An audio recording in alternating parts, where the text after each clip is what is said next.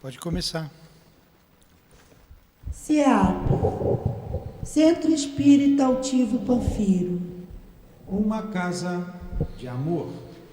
Boa noite. Boa noite aos nossos ouvintes. Que Jesus abençoe a nossa noite de estudos. Vamos ler o Evangelho segundo o Espiritismo, capítulo 15. Fora da caridade não há salvação. E depois a gente dá continuidade ao estudo do livro Nas Voragens do Pecado. Item 4. O mandamento maior. Mas os fariseus, sabendo que Jesus havia fechado a boca aos saduceus, reuniram-se, e um deles, que era doutor da lei, veio fazer-lhe esta pergunta para o tentar: Mestre, qual é o maior mandamento da lei? E Jesus lhe respondeu: Amarás o Senhor teu Deus de todo o teu coração, de toda a tua alma e de todo o teu espírito. Esse é o maior e o primeiro mandamento. E eis o segundo, que é semelhante ao primeiro: amarás o teu próximo como a ti mesmo.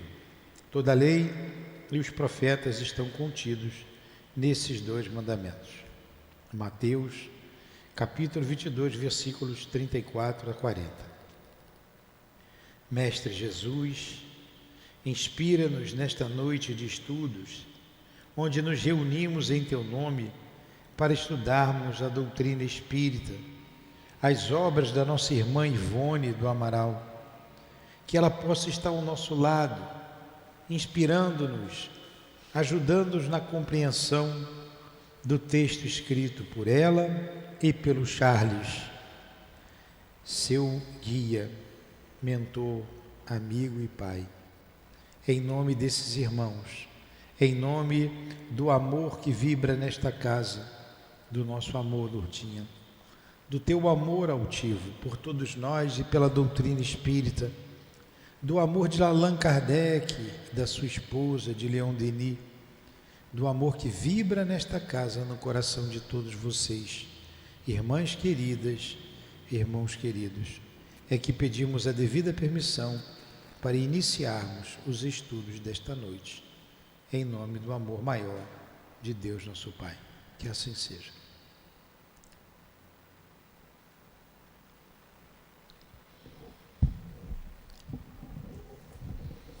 Nós estamos no finalzinho da obra Nas Voragens do Pecado. É uma conversa, estão preparando a reencarnação de Ruth Carolina e de Luiz de Narbonne. Eles estão no mundo espiritual. E teve uma frase aqui que eu achei muito forte e para nossa compreensão de como os espíritos sentem, pensam, como nós, porque eles são gente como a gente. Quando ele disse que ficou insuportável, né, a vida dos dois no mundo espiritual. E eles têm que voltar. Insuportável não, insustentável. Tornara-se insustentável a situação de Luiz e sua amada Ruth no além-túmulo. Essa é a palavra. Olha, faltam 2 páginas. Eu acho que vale a pena eu voltar um pouquinho e ler para terminar hoje o nosso estudo. Não vale a pena? E semana que vem a gente começa o Cavaleiro de Lumière. Então a gente volta um pouquinho naquelas 3 estrelinhas. O meu livro é a página 363, quando ele diz isso, essa frase: tornara-se insustentável a situação de Luiz e sua amada Ruth no além-túmulo. O âmbito em que se movimentavam, restrito e inferior, não lhes permitia possibilidades satisfatórias de progresso. Ambos, olha só, o âmbito em que se movimentavam, restrito e inferior, não tinha muito para onde ir, não lhes permitia possibilidade satisfatória de progresso. Ambos, desolados pelas quedas do pretérito, almas tristes e compungidas, apoucadas pelas humilhantes recordações dos antigos erros, não logravam horas de satisfação em parte alguma. Não saía da cabeça deles, tinha que reencarnar. Senão eterno luto a lhes envolver o coração, apavorado ante as consequências dos próprios desatinos.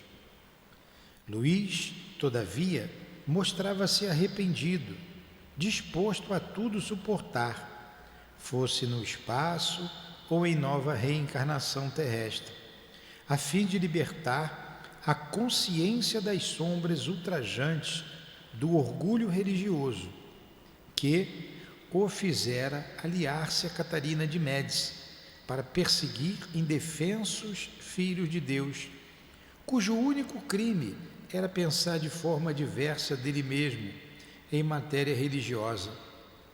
Mas Ruth, que não mais o poderia odiar como fizera outrora, conservava-se revoltada e inconsolável ante a impossibilidade da convivência com os seus, e muitas vezes, jugulada sob crises de depressões cruciantes, voltava às blasfêmias e às exasperações e entregava-se a prantos furiosos que lembravam o ranger de dentes da parábola cristã, enquanto vociferava em imprecações desrespeitosas, para que entidades tão pecadoras quanto ela a ouvissem e com ela se impressionassem, até a lamentações idênticas com suas gritas, produzindo aterrorizadores coros. Onde a justiça decantada daquele Deus de quem outrora me falava? Existirá sequer porventura? Se existe, por que me abandona a padecer assim? Como se conciliará essa propalada justiça com as incompreensíveis desgraças que me atingiram? E então, vejo minha família tão amada, dizimada por uma corte de miseráveis, um miserável que a comanda, mais carregado de infâmias que os demais, irrompe um dia pelo meu lar adentro, até então risonho e feliz. Assassina cruelmente os meus entes mais caros. Eu fico só no mundo, desamparada e desgraçada aos 18 anos de idade. Vingo-me do odiento assassino, e ao findar o balanço das responsabilidades, o desgraçado destruidor de vidas pôde gozar da convivência de minha família, a mesma por ele trucidada, porque também é a dele mesmo, desde vidas passadas. Meu Carlos protege-o, educa-o, consola-o, enquanto eu sequer poderei entrevê-lo a ele, Carlos. Pratico um ato de justiça, entregando-o à prisão, para que jamais torne a desgraçar alguém, e agora sou atormentada por visões macabras dos mais atrozes remorsos? E ainda reconheço na profundidade de minha alma confusa a condenada que amo, esse desgraçado. Estarei porventura louca na imensidão dos infernos? Porque o amo tanto, que efervescências diabólicas tecem em minha alma ciladas assim incompreensíveis e absurdas, para que eu me debata no horror de amar o assassino daqueles a quem mais amei. Que paradoxo, esse de amá-lo e odiá-lo ao mesmo tempo. Amo, odeio, quero, repilo. Se aproxima, apavoro-me e desejo fugir. Se ausenta, sofro e me desfaço em lágrimas, ferida pela dor da saudade que me causa a ausência da afetuosa bondade com que na minha desgraça me sabe dispensar. Estarei, porventura, fixada no inferno eterno de que trata a Bíblia? Não conviverei então jamais com meu Carlos e com aqueles a quem amei? Pois sei que certamente estarão habitando o paraíso, mas como estarei no inferno se Luís vem até mim e depois regressa ao paraíso? Isto sim, isto é, ao solar de La Chapelle.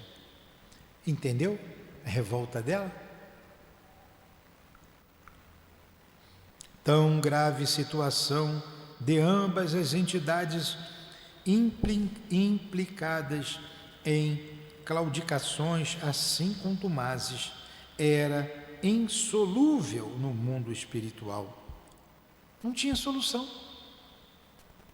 A necessidade de um retorno à terra em vestiduras carnais, a fim de esquecerem o flagelo das paixões, cujas consequências morais, acirradas pela intensidade do estado espiritual, os desorientava, urgia para tentativas à prol da própria melhoria. Compreendo, penalizado, o estado deplorável dos dois delinquentes. Carlos Felipe e seus familiares entraram a aconselhar Luís e se animar a uma vida nova sobre a terra, de labores construtivos e expiatórios, onde as leis eternas testemunhassem o próprio arrependimento pelos despaltérios cometidos em nome da fé, enquanto com ele oravam, rogando às forças inspiradoras do alto o que melhor lhe conviesse. Durante esse período de preparação, indispensável, porém, Carlos instruía-o nas leis do vero cristianismo, por ele desconhecidas até então. Não obstante seus longos estudos teológicos, à sombra de um credo mesclado de prejuízos humanos, leis sublimes e redentoras que lentamente contornavam sua alma para a possibilidade de empreendimentos futuros, cujas perspectivas o impressionavam e comoviam. Seu apego a Ruth, inquietando-o poderosamente, impossibilitava a serenidade necessária para o magno feito, visto não ignorar que a reencarnação em vista se efetivaria com a separação temporária entre ambos, a fim de que maior tranquilidade presidisse os testemunhos a apresentar. Então, o Luís de Narbonne estava bem cônscio, sabia da reencarnação, lembrava-se da família e que foi esposa de Ruth, e que aquelas crianças eram filho deles mesmo. Mas Ruth Carolina ainda não. Sabia que estava viva, sabia que ele tinha acesso à família dela, porque ele falava, né? Mas ela não tinha acesso a lugar nenhum, estava numa região inferiorizada, enlouquecida. Não tinha solução. E ele, sendo instruído por Carlos, dentro da doutrina espírita, dentro da doutrina cristã, alguém chegou ali. Não. Ele precisava reencarnar sem ela. Mas vamos ver aqui o que acontece. Mas a reencarnação é lei que se impõe ao espírito revel, destituído de méritos, cuja consciência pesada antes se afina com as sombras terrenas do que com as claridades espirituais. Quanto à morte carnal, é lei que se impõe ao homem, não raro, quando grandemente inferior é o seu caráter, é ele arrastado a novo corpo pela ordem natural e irresistível do progresso espiritual, e a ela se entrega então, quase que totalmente desconhecedor do que se passa em torno de si. Como alguém que desencarnasse repentinamente, sem absolutamente prever o enlace que o espreitava num acidente, no teatro ou num passeio. A Luís não era estranha a necessidade de uma reparação construtiva, à vista dos desatinos cometidos. Aceitava de boa mente, queria, desde que daí resultasse a reabilitação da própria consciência, mas não lograva forças suficientes para a renúncia à Ruth, embora temporária. Olha aí, ele sabia da necessidade de reencarnar, precisava reencarnar, mas não queria se separar de Ruth. Era preciso essa separação temporária.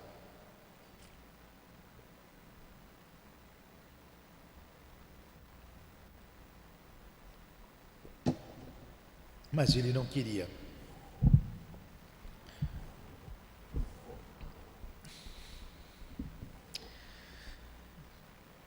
E por isso recalcitrava ante a separação que se impunha a seu próprio benefício. Quanto à endurecida entidade Ruth, engolfada nas sombras de si mesma, nada mais pedia senão que a pusessem ao lado de Carlos Felipe, fazendo-a retornar ao lar que tanto amava. Penalizados, obreiros espirituais, portadores da divina caridade, desejosos de facultar ensejos de alívio. O Carlos Felipe? Não, o Carlos Felipe foi o marido dela, o rei lá da Alemanha, lá, o príncipe, né? Rei não, o príncipe. O irmão delas é o Charles, é o Carlos e mais 5 irmãos, mas só fala no Charles, né? E ela amava muito o Charles, porque ele era o líder da família. Era médico, era o pastor, e ele que educava a Dona Ivone, a Ruth Carolina, o irmão dela. E o Carlos Felipe foi aquele que fugiu com ela e casou com ela, porque ele era prometido a ela, lembra? Que é aquele mesmo Carlos Felipe. Então ela pede para voltar para a casa do Carlos Felipe. Penalizados obreiros espirituais, portadores da divina caridade, desejosos de facultar ensejos de alívio aos seus cruciantes sofrimentos, ordenaram a Carolina de la Chapelle, única entidade radiosa que, como mãe que fora, estaria em condições vibratórias para se fazer compreender e obedecer pela infeliz descrente, que a preparasse para o retorno à reencarnação, única medida eficiente para a sua reeducação à base de testemunhos e provações redentoras. Fiel ao dever, como ao desempenho maternal, a Condessa Carolina, certo dia, tomou nos braços a filha, como sempre desfeita em revoltadas lágrimas. Embalou-a docemente de encontro ao coração, como nos dias da sua infância, e falou-lhe com a persuasão que somente as boas mães conseguem em horas solenes. Sim, há um meio, minha filha, de poderes reconquistar o direito de te reunires ao teu Carlos. assim como a todos os que te amam. Um Deus Criador e Todo-Poderoso existe, cujas leis perfeitas, imutáveis, eternas, que tu repeles, porque ainda não as pudeste compreender, prescreve a supremacia do amor, governando o destino das criaturas. Se, pois, amamos a esse Deus e ao nosso próximo como a nós mesmos, tal como recomendam aqueles dispositivos, estaremos harmonizados com a lei suprema e tudo sorrirá ao redor dos nossos passos. As flores de uma doce e íntima alegria nos perfumarão a vida. As claridades de esperanças, sempre mais arrebatadoras, traçarão roteiros de luz para as nossas almas. Mas, se odiarmos, se renegarmos nosso próximo,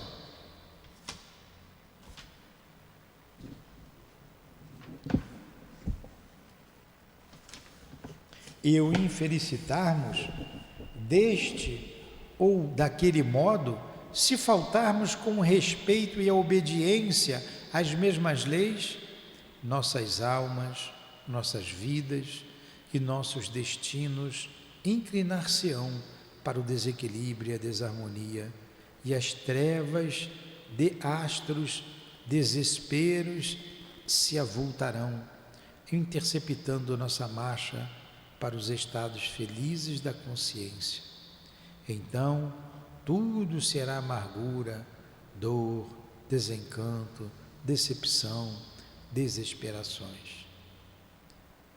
Traíste a suprema lei de Deus, odeias quando a lição é amor, tu te revoltas quando o conselho é a mansidão da paciência, descrês quando o universo todo nos atrai, convidando-nos à marcha nobilitante dos testemunhos de submissão ao seu Criador. Vingas-te ofensas quando o dever manda perdoar e esquecer as dores sofridas pelas consolações do amor de Deus. Tripudiastes sobre os ensinamentos expostos pelo emissário do Eterno, quando a situação impunha que neles obtivesses forças e coragem, a fim de enfrentar e dominar as crises do irremediável. Traíste a tua fé, quando nela poderias encontrar a virtude necessária para viveres em paz, exalçando o nome do Senhor na prática das boas obras que ela, a tua fé, te inspira. Que lição que a mãe está dando à filha, né? Nem tudo, porém, está perdido para a tua alma. És imortal, jamais te anularás no seio da criação. Por isso mesmo, a ti muito convirá te harmonizares novamente com as leis supremas que infringiste, reparando os delitos que praticastes, corrigindo-os e assim nobilitando-te perante ti mesma e as mesmas leis. O Ser Supremo, a quem desrespeitaste com os atos pecaminosos praticados contra o teu próximo, Luís de Narbonne, oferece-te, através de suas leis, uma possibilidade de reabilitação. Tal possibilidade é penosa, é dura, é amarga, mas será a única que lograrás obter. Aceita-a, pois, por amor de Carlos Felipe, que te idolatra, por amor de todos nós, que sofremos por tua ausência do nosso círculo familiar, porquanto será esse o único recurso que te fará voltar novamente aos nossos braços. A atribulada entidade, muito atenta, fitando o semblante puro daquela que fora sua mãe carnal e que agora no além-túmulo se tornava o seu conselheiro e vigilante espiritual, emocionava-se a cada nova ponderação assimilada e, compreendendo que houvera uma pausa na importante exposição, atreveu-se a perguntar: E essa possibilidade de obter novamente a dignidade de voltar para vós estará porventura ao alcance de minhas forças? Depende de ti unicamente. Aceito-a, seja qual for. Antes mesmo de te inteirares do que se trata, vós que me amas, não me aconselhareis senão algo muito digno e elevado. Carolina osculou-lhe a fronte e, comovida, prosseguiu. Trata-se de renascer outra vez sobre a terra, para um estágio não muito longo, porém trabalhoso, rigoroso, no qual expiarás o crime atroz contra Luís de Narbonne. A traição ao Evangelho, o descaso pela própria honra pessoal, a infidelidade a todos os princípios do bem. Ruth prorrompeu em copioso pranto, exclamando por entre amargurosas convulsões: Oh, foi por amor de vós que pretendi castigar Luís. Por amor de nós, minha filha, por amor a nosso Criador Todo-Poderoso, deverias ter-lhe perdoado e não castigado, pois que somente nosso Deus e Pai estará à altura de nos oferecer corrigenda. Vingando-te dele, castigando-o, foi a ti mesma quem mais feriste, visto que ficaste com a responsabilidade de infringir o supremo mandamento da lei eterna, e nem poderás alegar ignorância.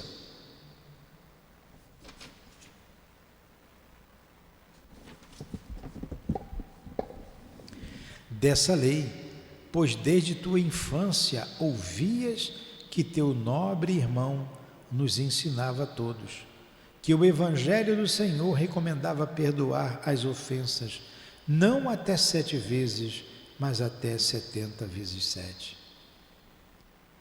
Eu sofria, minha mãe, via-me desesperada e só, mas sabias que o convite supremo aos sofredores e desesperados é permanentemente lançado por Jesus, através das páginas do seu Evangelho.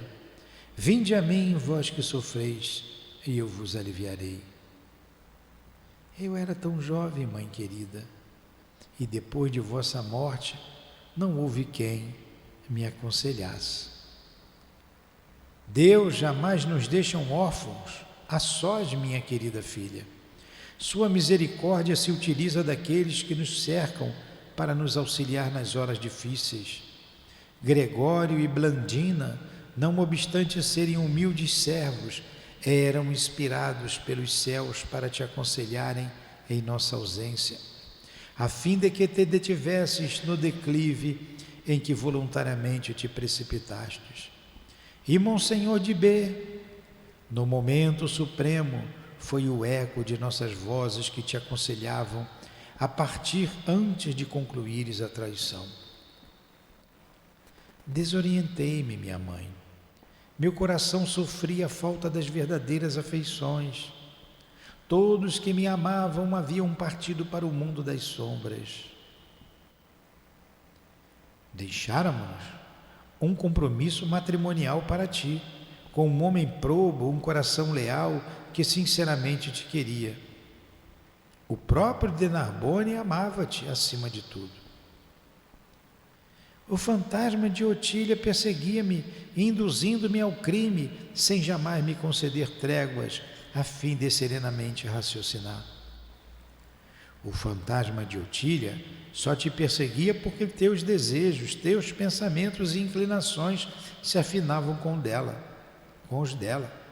As lições do Cristo, respeitadas e amadas, e a prece extraída do coração, libertar-te-iam facilmente do jugo obsessor de tua infeliz amiga. Vencida, reconhecendo-se irremediavelmente culpada, Ruth atirou-se nos braços de sua mãe e, chorando convulsivamente, bradou resoluta e corajosa: Mandai, minha mãe, e obedecerei. Dizei o que será necessário fazer e me prontificarei. Que meu pai e meu Carlos perdoem os erros que pratiquei em desobediência às leis de Deus, que desejo acatar para o futuro. Carolina introduziu-lhe entre os dedos sorridentes um pequenino volume. Surpresa, a sofredora entidade deteve-se examinando-o. Tratava-se de uma pequena missiva, uma carta. Abriu-a precipitadamente, reconhecendo a caligrafia graúda e forte do irmão bem-amado, e leu emocionada e palpitante, por momentos ansiosa e comovida até as lágrimas, de outras vezes esperançosa e confiante até a satisfação e a alegria. Aí vem a carta, que Carlos escreveu. Sim, minha Ruth, será necessário, indispensável, mesmo urgente, o teu retorno a uma existência nova na sociedade terrena, a fim de reparares as afrontas que tuas inconsequências fizeram a ti mesma, a tua consciência de descendente do ser divino e criador, que rege o universo sem fim. Volta à terra, minha Ruth, renasce em outro corpo, em berço triste, rodeado de solidão e saudades, entre vozes que parecerão hostis à tua alma, e não por aquelas vozes que por entre beijos e afagos te ensinavam o balbucio das primeiras orações a Deus no solar saudoso e amigo de La Chapelle, onde foste adorada como os querubins nos céus. Paga as leis eternas e incorruptíveis da criação o tributo das infrações que incorreste quando atraiçoavas os postulados do amor, da fé, da moral, da honra, da lealdade, da fraternidade, das virtudes pessoais, enfim, os quais nós, a quem tu amas, te lecionávamos em nome do Senhor, por entre afetos e carinhos, com paciência e exemplos bons, desde os dias de tua infância e pelos albores da juventude. Renasce em ambiente diverso daquele que te foi tão grato, em ambiente hostil que te leve a sentir a felicidade que perdeste ao atraiçoares os princípios honestos em que iniciaste tua marcha progressiva para Deus. E já que não soubeste honrar o Evangelho que te guiaria suavemente os passos para a redenção do teu espírito, falindo ante o primeiro testemunho que ele te pediu, após existências tumultuosas por ti vividas entre paixões e erros, suporta uma existência entre disciplinas austeras e irremediáveis, no retiro religioso, onde aprenderás a domar o orgulho que te perdeu, onde as humilhações impostas pelo regime conventual extraiam do teu coração a voluntariedade que te levou à inconformação com as peripécias da existência e a revolta contra Deus. Sofre, chora, trabalha, luta, serve, obedece, ama, renuncia, mas reergue-se dos escombros das tuas desilusões, a fé que deixaste te aniquilasse em tua alma. Reergue a esperança que não soubeste conservar para reanimar teu coração nas horas de angústia, e cultiva o amor pelo teu próximo, que tanto como aqueles a quem mais amas, é merecedor de toda a tua solicitude e complacência. Porque assim sendo, tal exílio será breve, passageiro e compensador, e será também recurso que te facultará o voltares para os braços daqueles que te amam. Não sofrerás sozinha, minha Ruth, ainda que escasseiem amigos e afetos em teus trajetos. Embora invisível aos teus olhos de criatura encarnada, eu, apenas suspeitado pelo teu coração, através de intuições consoladoras, eu me debruçarei sobre o teu novo berço, como ainda ontem, nos muitos gratos dias de La Chapelle, velando por teu sono e pelo teu triunfo sobre as trevas dos teus pecados. Aconselhar-te-ei nas horas de indecisão, surgindo-te esperanças, quando as amarguras, por muito intensas, ameaçarem vencer a coragem de que necessitares para as situações que enfrentarás, idênticas às mesmas que criastes, por tua própria vontade, para um teu irmão perante as leis eternas. Enxugarei as tuas lágrimas de mil formas que as circunstâncias me permitirem. Far-te-ei companhia, por ti velando e possivelmente deixando-me ver por tua visão carnal, até mesmo na treva da fria masmorra que te aguarda no futuro, fruto do ato impiedoso que tiveste atirado em um subterrâneo, aquele que, por amor do supliciado do Calvário, deverias perdoar de boa mente. E te esperarei aqui mesmo, até que, redimida de tantos desatinos, volte aos meus braços para a fruição de uma felicidade sem ocasos. Abençoada pelo sempiterno, porque harmonizada com as sublimes leis do amor divino e da fraternidade universal. Vai, minha Ruth, este será o recurso único com que poderás contar para venceres o abismo que no momento te afasta dos caminhos ditosos que te conduzirão a Deus. Vai, não procures outro recurso, porque não encontrarás, não terás outro, não haverá outro. Caramba, hein? Vocês prestaram atenção? Vocês que chegaram agora?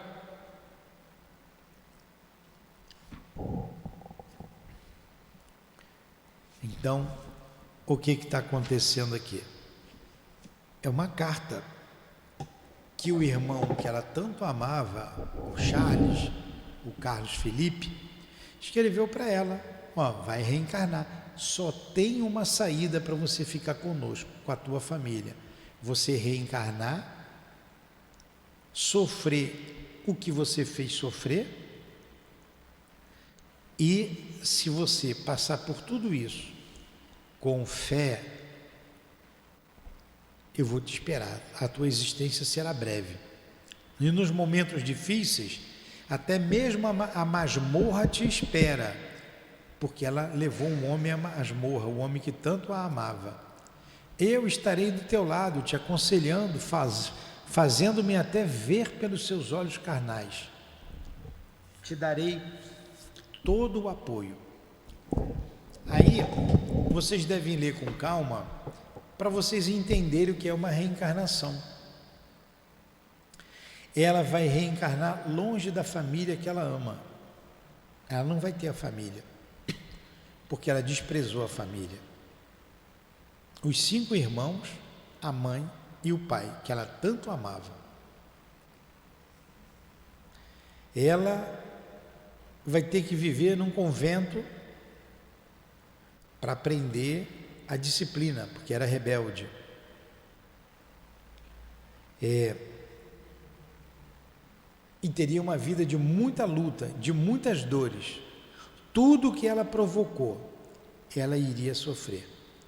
Essa seria a única maneira dela reencontrar a família que ela tanto amava. Ela vai reencarnar. O Luiz de Narbonne também vai reencarnar. Não era para reencarnar junto dela, mas vai voltar perto dela e a gente vai ver o que vai acontecer, como é que vai ser a vida de Ruth Carolina, de Luiz de Narbonne, com outro nome, num outro corpo, nessa obra aqui, o Cavaleiro de Lumière.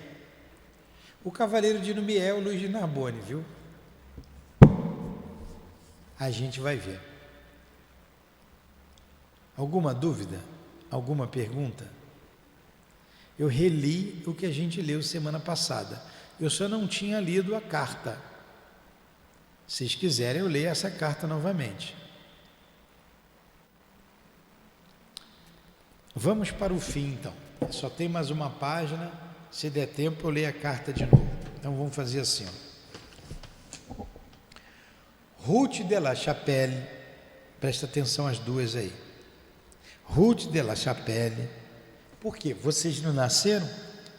As duas sofredoras aí, as duas médiuns, as três médiuns, 4 médium torturado, 2 e 2 aqui, ó.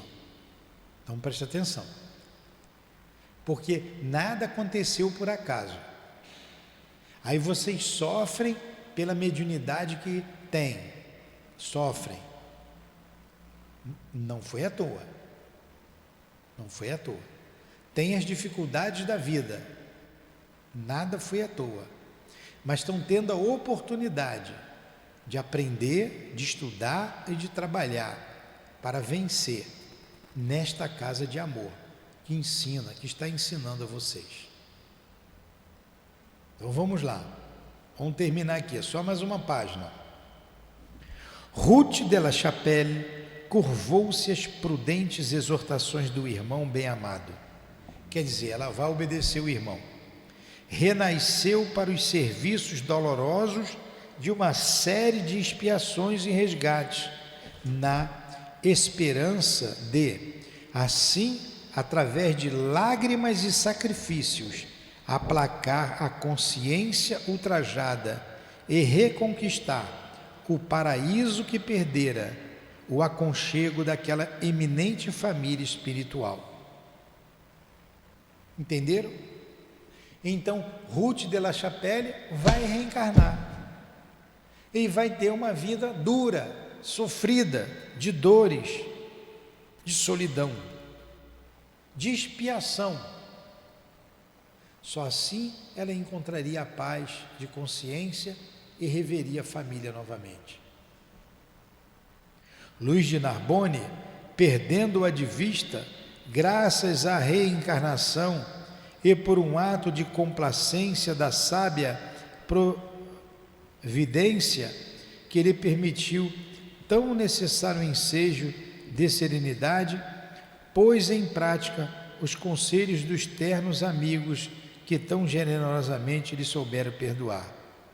Voltou à terra, em reencarnação igualmente reparadora, para expiar, como judeu espanhol, o ultraje da perseguição religiosa, ao mesmo tempo que em si mesmo era combatido o terrível preconceito católico romano, o desmedido orgulho sectarista que tantas desgraças ha causado entre os povos.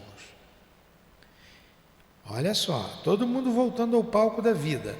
O que foi que aconteceu com os judeus, como ele vai voltar aqui, ó, judeu espanhol na Espanha, foi perseguido pela igreja, preso e torturado pela igreja católica, pela Inquisição. Ele ia passar por tudo aquilo para poder reparar a perseguição que ele fez aos huguenotes.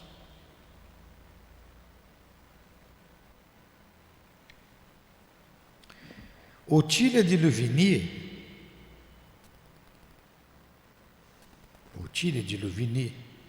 era retida em rigoroso reformatório de além-túmulo, antes de se submeter às experiências convenientes ao crime de obsessão e vingança, experiências que, dado ao seu caráter rancoroso e obstinado, perduram até o presente momento. Olha só. Olha bem. Vou ler de novo. Lembra da Otília? Otília de Louvigny era retida em rigoroso reformatório de além-túmulo. Rigoroso reformatório de além-túmulo, lá no mundo espiritual. Antes de se submeter às experiências convenientes ao crime de obsessão e vingança. Experiências que, dado ao seu caráter rancoroso e obstinado, perduram até o presente momento. Então, Otília ficou muito tempo presa no mundo espiritual. E ainda hoje, Carlos Felipe, Carolina, Carlos Felipe é o Charles, Carolina, que era a mãe de Ruth, Carlos o irmão, o velho conde, que era o pai, venerando o chefe da amorável família de La Chapelle, guiam no mundo invisível os vultos tristes de Ruth, de Luís e de Otília. Nas derradeiras etapas reparadoras evolutivas em que se demoram há 4 séculos.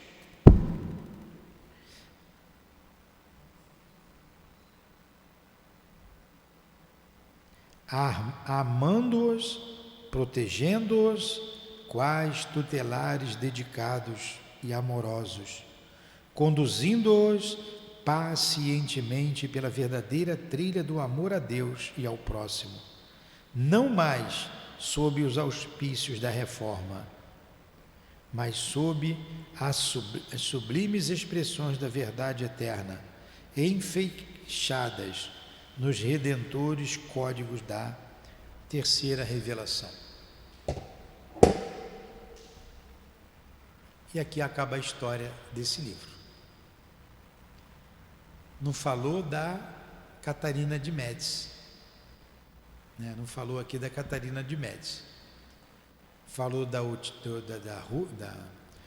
Carolina, Luiz de Narbonne, Otília e... não. Carlos Felipe. Carlos Felipe aqui, ou não é? Olha só, vai lá.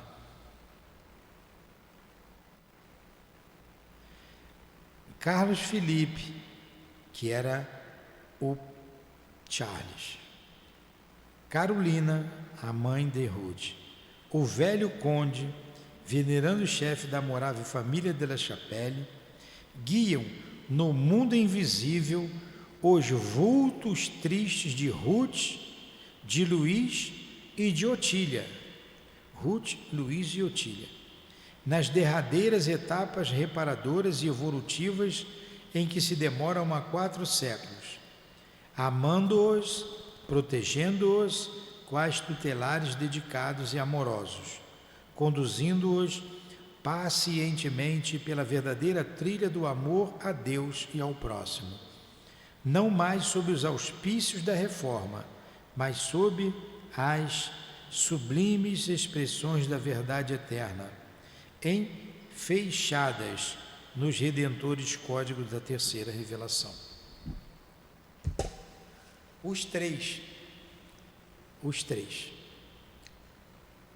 há 400 anos,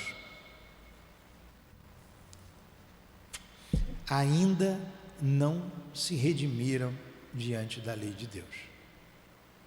O que nos parece que Ruth Carolina conseguiu, agora como Dona Ivone. Mas vai voltar com o Luiz de Narbonne, né? Ainda precisa voltar com ele. Otília, não sei por onde anda. A odiosa Otília, que fez um estágio enorme no mundo espiritual presa, porque é rebelde. E a nossa rainha, a Catarina de Médici, também não falou aqui. Então vão voltar agora Luiz de Narbonne e Ruth. Os dois vão voltar. Ele, como um judeu, não ia voltar junto com ela não, hein? Um judeu espanhol perseguido pela igreja. E ela vai se internar num convento. Ia ter uma encarnação breve. Acabou a nossa história. Semana que vem a gente começa aqui o Cavaleiro de Lumière.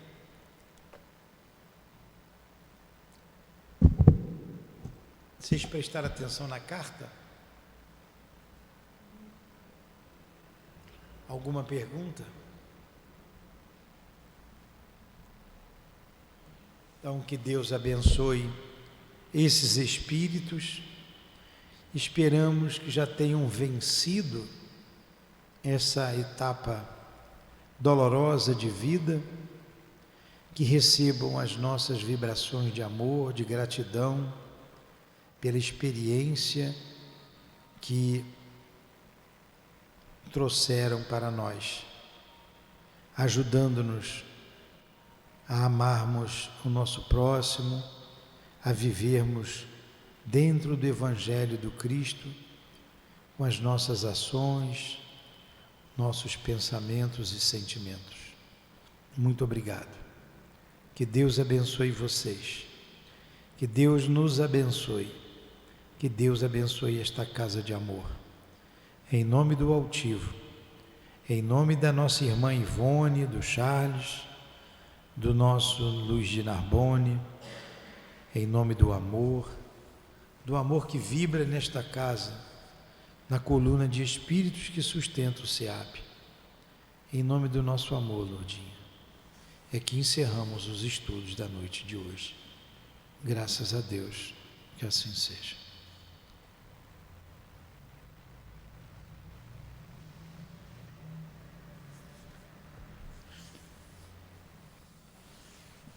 SEAP, Centro Espírita Altivo Panfiro.